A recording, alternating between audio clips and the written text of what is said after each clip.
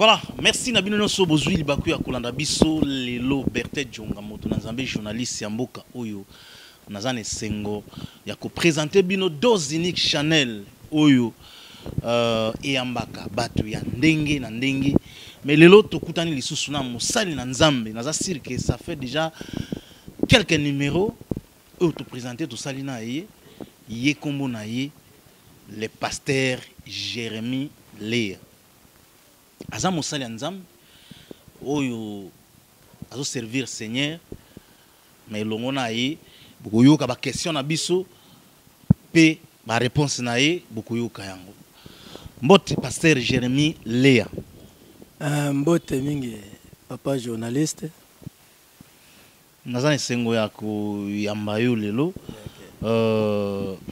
okoyi ko loba na bato bazolanda yo nini na pesi bino nyonso tumbote bato bazolanda ngai na moma oyo malige ba service touti ko sala naza bima ya kolemba mais nazo sala kaka mission pona bino vraiment Nzambe na ngai a pambola bino o baza musika o baza pembeni bazolanda ngai sikoyo prière na ngai zake mission oyo Nzamba matisango atombola ngo amen mission oyo bat nyos bazolanda nga na suka émission nyos na affecté li pamboli miracle et landa bango na kombo na Yesu Christ.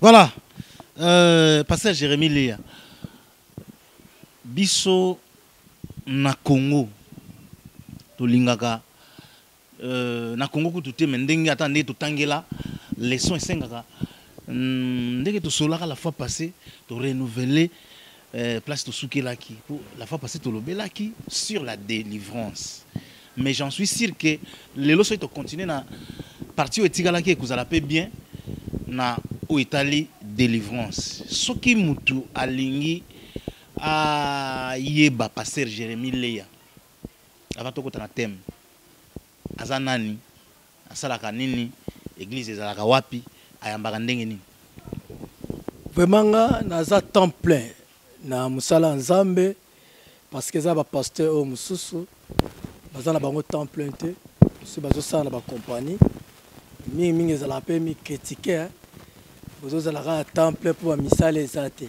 te nga na banda ko travailler na Hector na sali me Nzambe na kutanaka na ye na mutuka a interdisa ngai abina bengyo na musala na nga to milima bateke pambola mai ko kangola mananzela na yo bakozwa charge pe bako pambola yo na kata musala balongola nga musala te tango kana tosi mungongo Nzambe lelo Nzambe azwaka soin na ngai naza pasteur naza ko diriger une grande église naza na ba communauté naza na bano pe na bimisi na musala na ngai pe baza ko evre musala zo kene malamu église na biso eza na commune Kitambo so uti na ngambo ba masina Kingasan limete balemba ko se diriger vers Victoire à partir de Victoire aux Uis ou soit Makapan magasin Kitambo ou soit Kitambo magasin soko uti na nzela ya direction ma campagne utuni arrêt Mabaya ou soit arrêt Maison Bon soko kiti tuna bamba la sayo kaka maison communale ya Kitambo pe poste eza wapi parce que maison communale biso sima ya maison communale ya Kitambo sur avenue Boudjala numéro 49 Boudjala numéro 49 biso toza wana soko ye wana tokangami na poste okuta biso wana ndenge bisika Nzambe apesi biso toza ko evre ou bien mutatuni kaka so akomika na velodrome atuni ezape facile voilà Moussa Nzambe lelo RDC ndenge na lobaki na ndenge biso nyonso toyekola kutu nazoloba susu RDC esenga tozongela mwa sima sur la délivrance toyebi ki opesaki biso la fois passée que Nzamba benga yo na likabo wana apesa yo likabo wana zongisa biso nanu makanisi délivrance eza nini na bomo ya moto na expliqué l'autre fois que délivrance eza kokangolama moto azalaki na possession ya maboko ya monde molili to na envoûtement malédiction. Maintenant service à délivrance ezoya po elongolo na état wana ezongise na état normal. To mona ki on appelle ça exemple na Bartimée azaki lié possédé akoma ki na nini moko ya dépendance ko senga batu ko lelela batu onde nzamba sel biso na mokili aw to koza na vie wana te nzamba pambola biso na mapamboli nyonso uta na éternité. Alors tanga kutana Yesu azwaki délivrance akoma ki na état normal. Voilà le pourquoi délivrance est nécessaire mais important na vie à mutu nyonso. Voilà, délivrance est nécessaire et important dans la vie à mon mais j'annonce pour tant que tu côté wana linga ki kokota muzindo te batebele ba loba Berthe Djonga ndenge nini otuni pasteur Jérémie le ya ndenge akutana na nzambe na mutuka te po na yebi ba téléspectateur ndé bazala to bombi teme wana to kolobela yango origine to e bandeli ya musali na nzambe na émission oiza koya. Alors nani ou aza censé ya kozwa délivrance? Papa, délivrance est général. Délivrance est à engager tout le monde. Délivrance est à engager même le pasteur. Aux hommes on a erreur mususu ba pasteur bazo sala. Mais c'est parce que bazo qui délivrance té. Bazala qui délivrer té. Pourquoi tu as parlé wana? Pour délivrance na cinéma on a été coupé ça ba na Nzambe. Tu vois qu'on a deux volets. Tu vois délivrance na ekuluzu. Na makila o Yesu asopaka na kati na ekuluzu.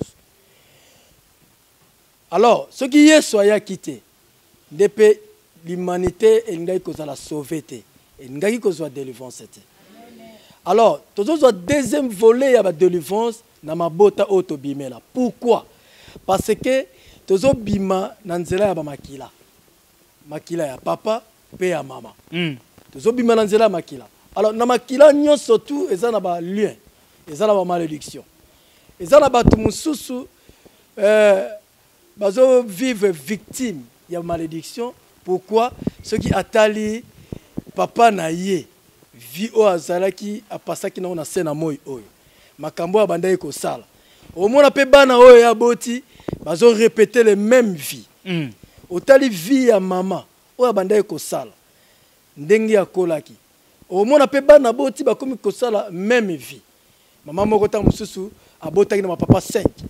Au moins aboti mwana mwasi, mwana epe libala liboso azu e baby. Ya mibala azu e baby. Au moins mosali ya Nzambe abimaki na kata ba famille, peut-être ba chef coutumier. Il va papa bayeba ki banganga. Et ainsi de suite. Ba toucher qui par-ci par-là. Mais à quoi mosali ya Nzambe a traité passé wanate. Ézéchiel azoye bisabiso ngona Ézéchiel chapitre 16. Soko tangi kobana na verset 2 okititi na 5e verset. Azobisa Jérusalem nazoyo kamawa po na yo po mutu aporta ki regarde likolo na yo te. Ba purifier ki yo te, ba sukula ki yo na mungu ate. Donc ba tika yo bongo mutu akoyokelo mawaza te. Et ba kena bango.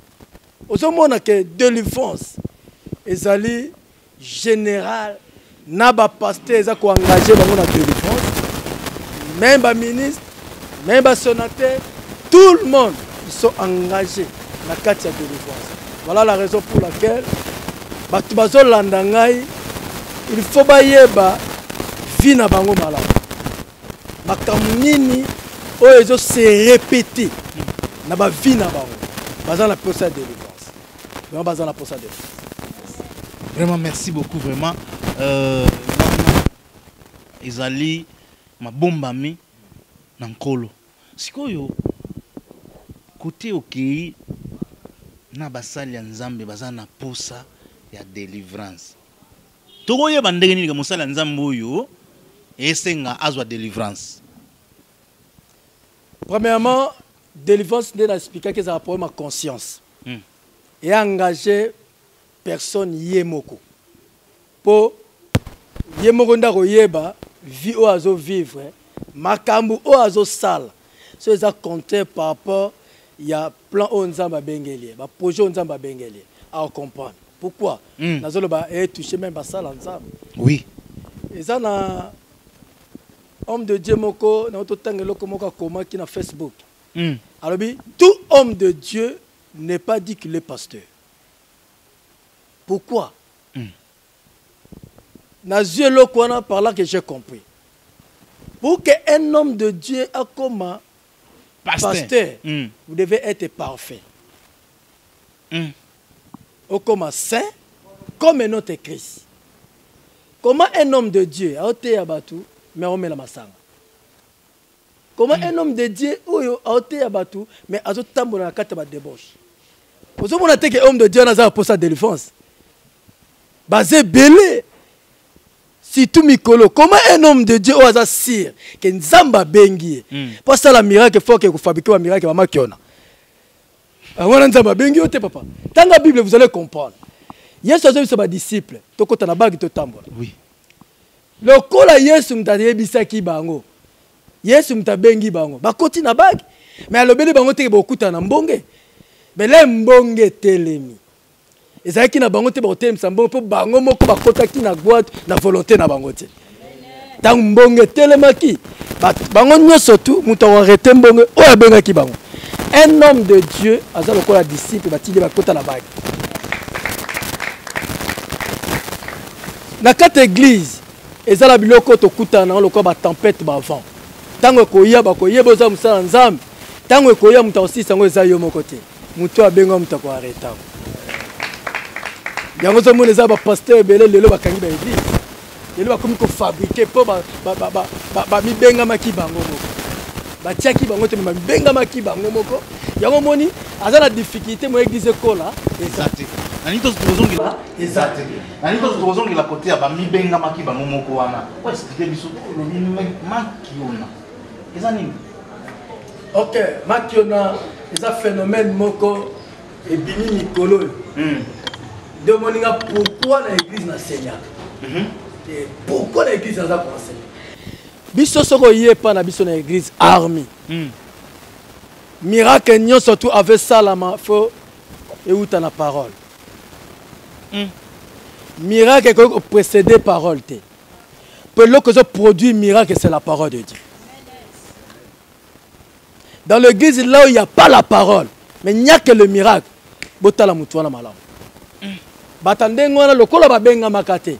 Faut ba luka ba fabriquer. Ba luka place mo ba ko s'appuyer. Faut ba luka ba makiona wana. Yango po mona ba vina bango boye. O mona ngo za désordre. Mutapesi dime, azo dime na ke bima na ba ambiance ke sala ba n'importe quoi. Place on nzamba benglo dime. Dezo mona ba nzamba bele ba zo pambola mati. Alors bata jar wana ozo comprendre que ba zapela pour sa délivrance. Ba mitie bango moko ba précéder bango moko mais bazo koka ko s'en sortir na ba difficulté te comme ce que ba fabriquer. Vraiment un miracle. Il faut ezala accompagner la parole. Liko loba nini na basali ya nzambe ba olanda. La Bible dit voici les miracles qui accompagneront ceux qui ont cru. Nous croyons que par la parole. Voici le miracle, c'est lui qui a parlé, ça se marque. Voici le miracle qui accompagneront ceux qui ont cru. Mais si yo au quoi la parole, la Bible dit que la foi vient de ce qu'on attend. Et ce qu'on attend vient de la parole de Christ. Maintenant, quand tu ne crois pas à la parole, comment aujourd'hui que miracle on est ça? Voilà. Ah, et ma bien. Mais oui, que tant que zolo baboy, et bien le baron on dit zo bimisa bango li banda bazaya au batam. Côté na bango ba olé lobo maligablo. Papa, so lobi na zo maligablo. Comme si on bête le témoignage à qui. Que ba sala nzambe pe ba ebia. Nzambe aza kwa soin ya basali na ye. Bible bi les ouvriers méritent son salaire. Quand tu sers Dieu, la justice, la vérité, papa journaliste, Zamba Futaka, Baoba Tambola na Sema, Zamba Futaka, Bibezoba Azora Biloko Pamba, Piazo Tombola. Ngana zo sala appel, malheur Zoya, pe mbonge moko Zoya Mikolo. Faites attention même na ba ene na biso, na zo lobela, bato ba se égarer na voie en Nzambe. Bon, comme atamo qui on a mis que ça les logos à mon côté. Pour génération Zoya Ngouye Zoya Makas, voilà la raison pour laquelle même il le lot ba ene na biso. Ozo mona ke baza exposé. Ba ene na biso baza exposé. Ndenge ni. Papa tozo landa na ba etano mike mona tanga ba kombo ezate. Ozo mona ba bêtise zo le kasiko na makambo tali ya ba passe ba sala Nzambe. Olingo lingate muto nyonso tu otanga kombo ya Yesu. Mais tambo na vérité. Ce qu'on tambo na vérité te, a otika à un moment donné, a sanza yo. Ko sanza ya kolo na biso. Ezali tanga zo ko exposer yo. Bato musu ba ba te azo discuter, balo ba sala Nzambe te, bo sala boyete, bo kende boyete. Mais Nzambe moko za misu likolo na ba. Bino bana na Nzambe bokolo ba pula sala na Nzambe te, boko simba bango te.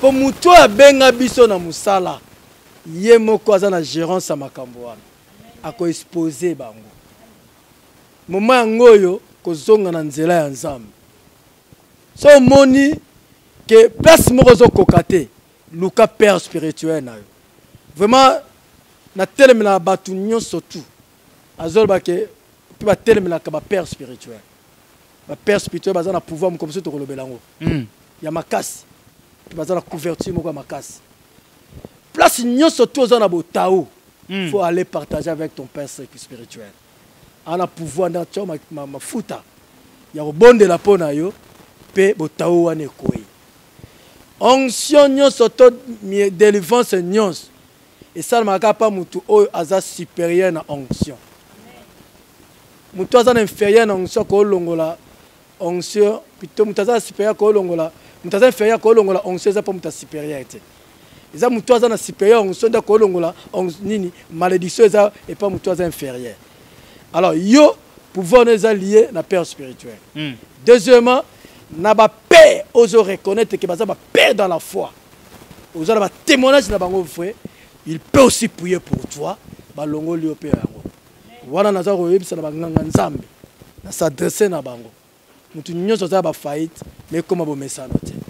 Kana Nzambe soya. Vraiment.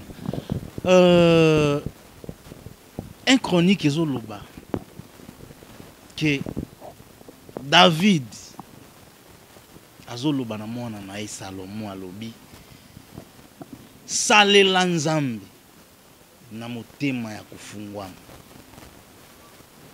d'un cœur bien disposé,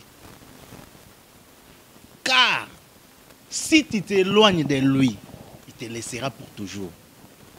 Mais lelo sikoyo basali ya Nzambe belé otuzomona ya minene est-ce que ata ya minene ata ya miki verset wana est-ce que e concernera pe bango liloba Nzambe ezotala catégorie te eza muta kolongola ngote eza pe bakisa te liloba Nzambe eza ko engager monde mobimba mokili momba parce que liloba Nzambe eza likolo ya institution otozozo ya l'état liloba la constitution eza likolo na yango liloba Nzambe eza na sommet liloba Nzambe ezotambusa président de la république liloba Nzambe ezotambusa sénateur liloba Nzambe ezotambusa ba ministre ba député liloba Nzambe ezotambusa ba nganga Nzambe le vrai nganga Nzambe atambusa na liloba Nzambe liloba Nzambe ezotambusa ba disciple liloba Nzambe ezotambusa ba bandimi nyonso.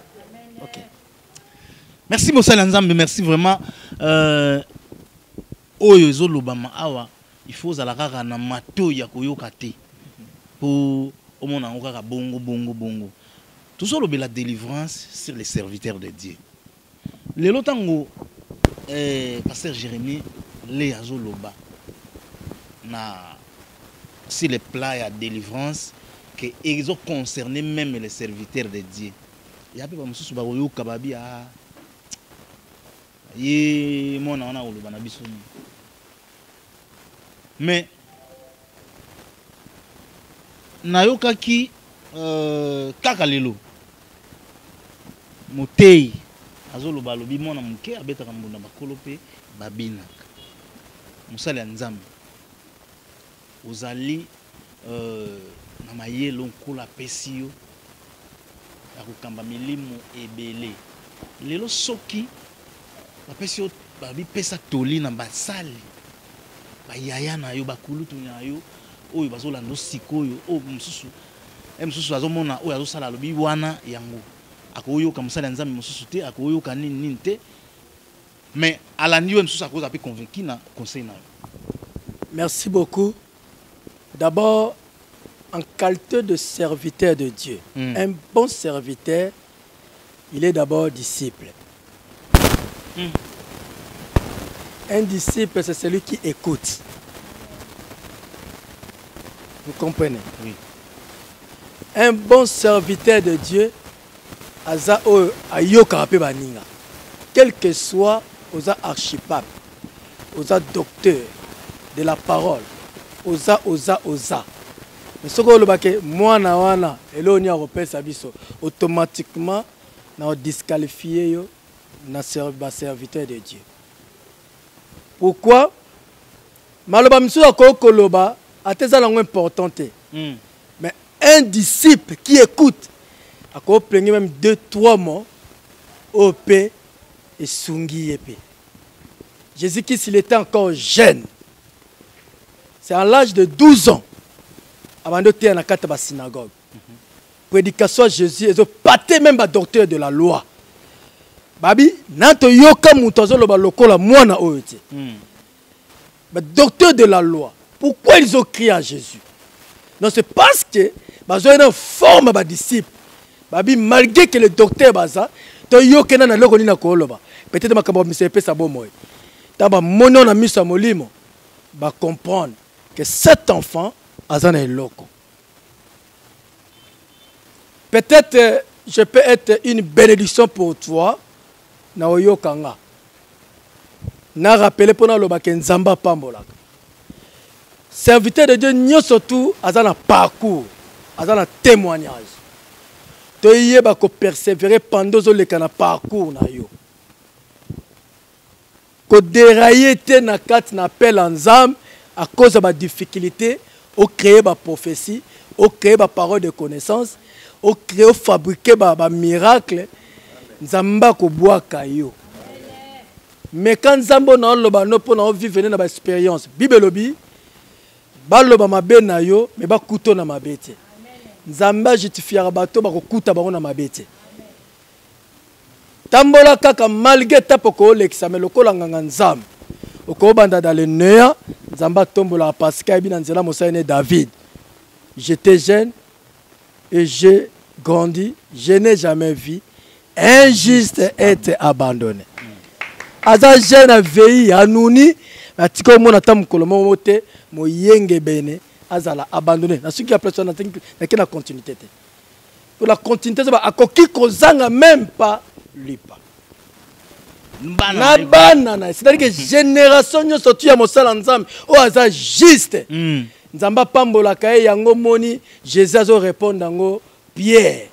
Donc Pierre azo tambola à réfléchir pour ça la prière était à se réfléchir abina tiki bana na tiki musala la landio intérêt na ngezani. Yesu ayebisa qui est au centuple na sena mokili oyo. Donc na lipa na bana ba David ba kozanga te. Faut joie. Et dans le jour à venir, tu hériteras le royaume de ciel. Et c'est on ni au gagner mokili, mais identité na yo na vie éternelle. Exact. Bah on reconnaître ote. Tout ça là, tu gagner mokili, peut tu gagner royaume de ciel. C'est un peu ça. Ah merci Moussa Nzambe, vraiment wana non muto ayo kité loba vraiment mato exacté. Moussa Nzambe lelo na linga kito tikala na côté wana délivrance ils ont appelé na ba lien. Est-ce que un serviteur de Dieu ou des gens ambassa bengaye a koki pe kozala victime y a ba lien. Oui. Na kanine. Merci beaucoup pour la question. Et question très très capitale. Dès na parla qui na fana na mi na kati ba famille. De longa la comme pasteur. Au mona na speaker ke lo Congo. Makila wana to bimi na ngona ba famille wana. Et réclamera peu biso. Deuxièmement, bah école auto bimeli. Ils auront pas fiance. Na repé c'est ça na kotanga penda te tout ça ba Congo, tout ça ba Luba, tout ça ba Swahili, tout ça ba au moins un pasteur peut-être mungala, on reconnaît que no aza mungala. Un pasteur muluba, on reconnaît que no aza muluba. Au moins on peut ba bitumba ya ba Luba. Ils ont mon visible tina écran, na lo lengene ya koloba, na caractère, na comportement. Un pasteur mu Congo, ozo mona bitumba ba Congo, ezo landa etikuna.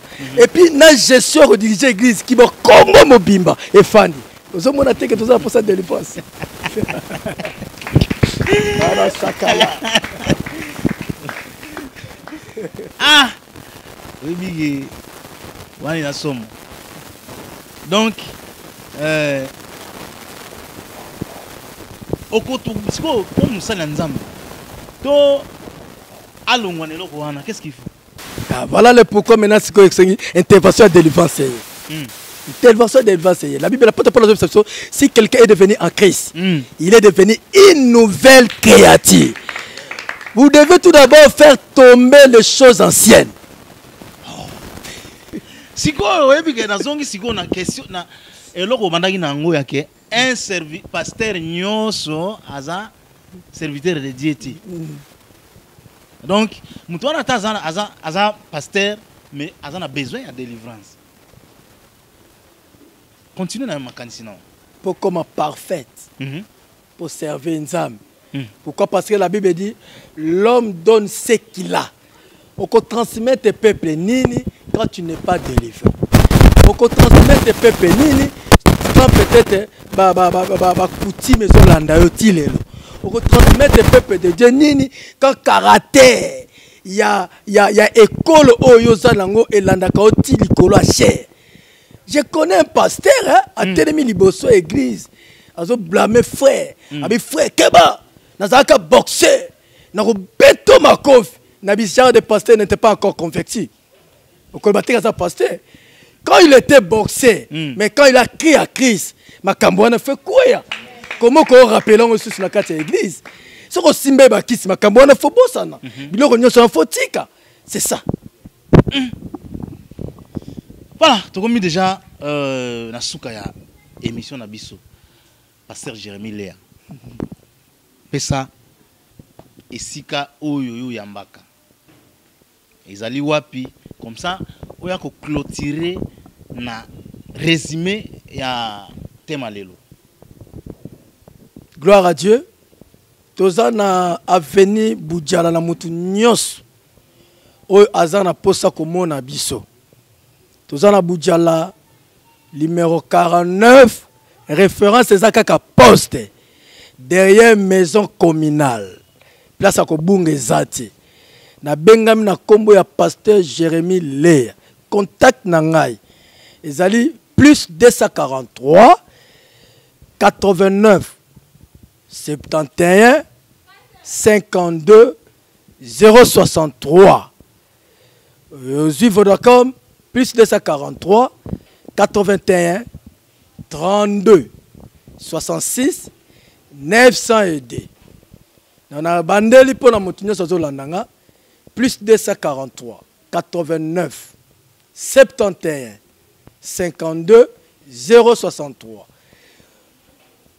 plus 243 81 32 66 902. Alors bah jour na biso ya le sambo ya prière. Oui. La semaine chaque mercredi de 17h 19h30 nous avons un enseignement. Chaque vendredi de 17h 19h30 nous avons la prière ya combat et ya délivrance. Chaque dimanche de 8h30 à 11h juste. Tous en a kit adoration.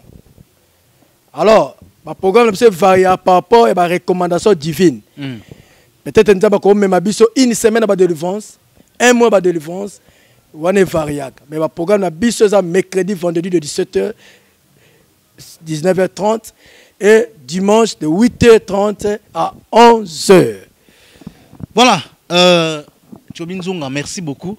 On a moussala kitoko wana namoni déjà namoni flasheli biso image à réalisateur assistant apôtre Joël.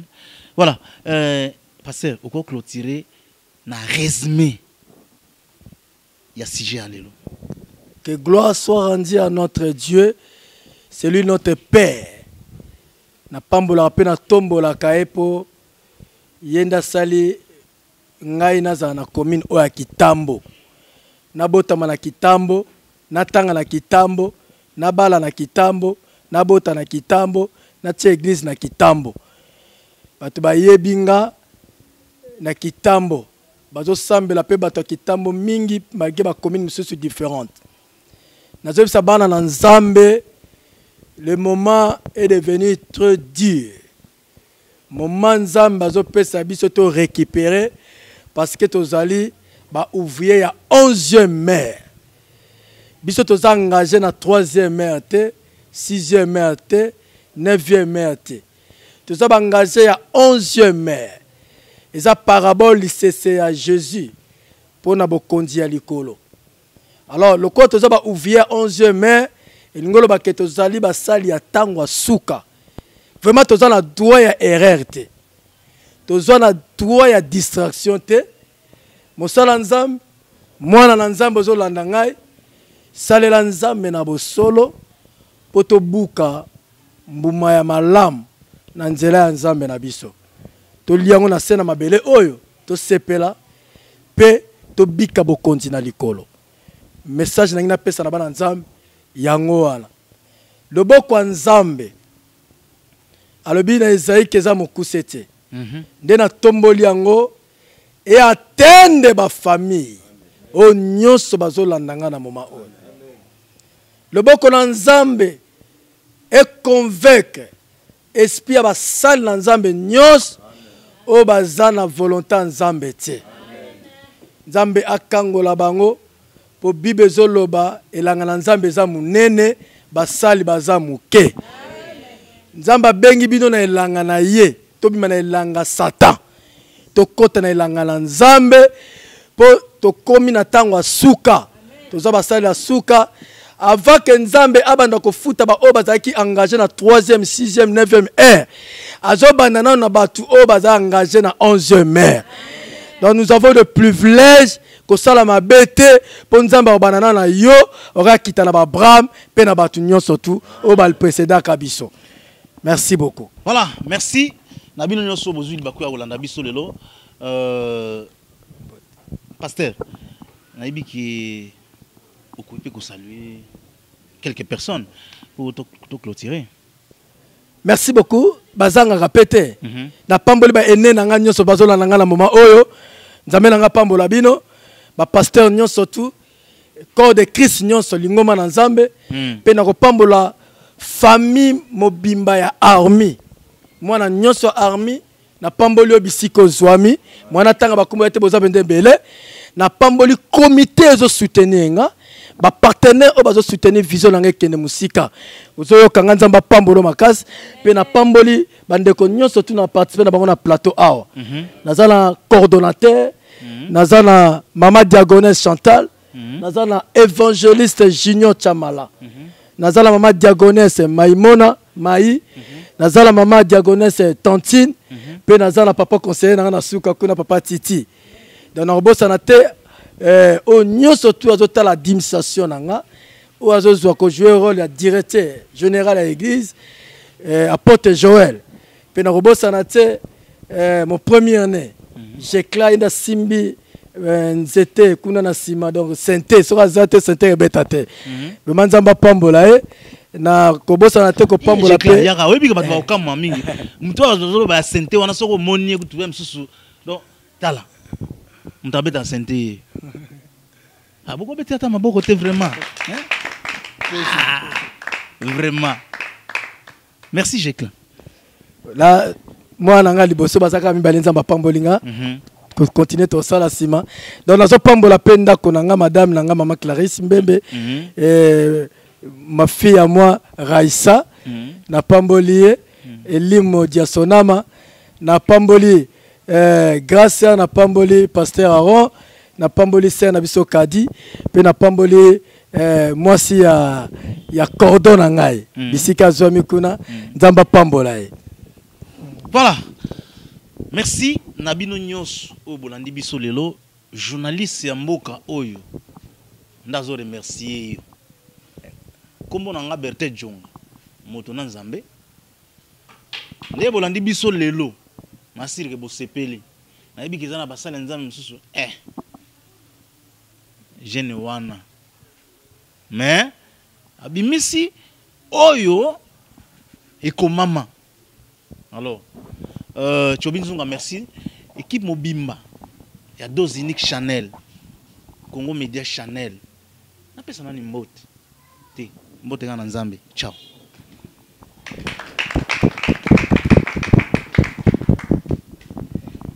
Tout ce qui est comme tes projets, les projets de voyage, réussiront. Tu voyages au nom de Jésus. Accorde-moi l'alliance. Tu avais mis tes pieds en ce lieu. Tout ce qui est comme tes projets, réussiront. Ah, j'annonce à quelqu'un, réussiront. Non, j'annonce à quelqu'un, réussiront. Reçois la grâce. La semaine qui commence, c'est la semaine de l'action de grâce. La semaine de témoignage. Au nom de Jésus, comme le soleil se lève, tout ce qui est enterré se lève aussi. Tout ce qui est courbé se lève aussi. Au nom de Jésus-Christ, reçois la grâce, reçois la faveur, reçois la légitimité, reçois la santé, reçois le repos, reçois la joie, reçois la joie, reçois la joie.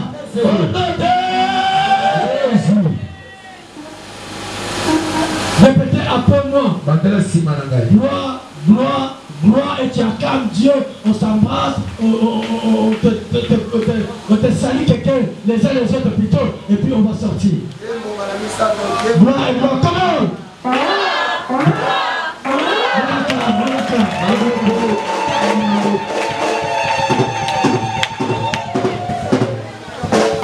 Jésus.